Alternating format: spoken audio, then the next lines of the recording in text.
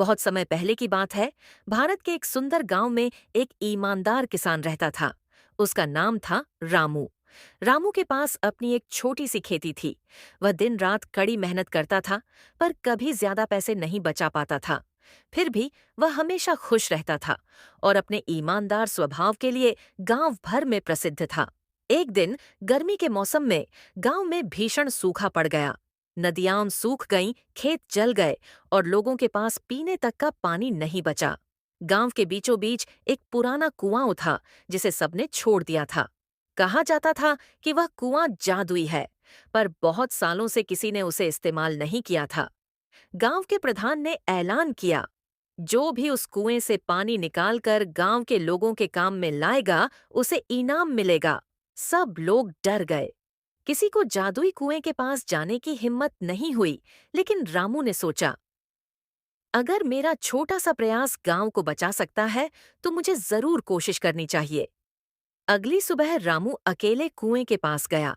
कुआं बहुत गहरा और डरावना था, लेकिन रामू ने हिम्मत दिखाई और रस्सी से बाल्टी डालकर पानी निकालने की कोशिश की। जैसे ही बाल्टी पानी से भरकर ऊपर आई, एक चमत्कार हुआ। कुएं से एक चमकदार रोशनी निकली और एक देवता प्रकट हुए।